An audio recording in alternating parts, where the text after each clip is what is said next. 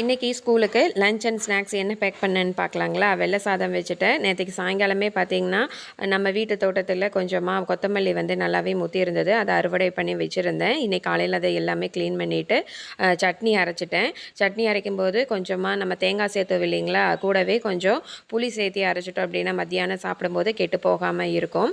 பொரியலுக்கு பீன்ஸ் இருந்தது, கட் பண்ணி கொஞ்சம் கடலப்பருப்பெல்லாம் நிறைய போட்டு பொரியல் பண்ணியாச்சு. இன்றைக்கி பச்சை நிறமைங்கிற மாதிரி இன்றைக்கி பச்சை கலரில் தான் பார்த்திங்கன்னா எல்லாமே லஞ்சு. அடுத்தது நாட்டு மாட்டு தயிருங்க. இவ்வளோ தான் பார்த்திங்கன்னா இன்றைக்கான லஞ்சு.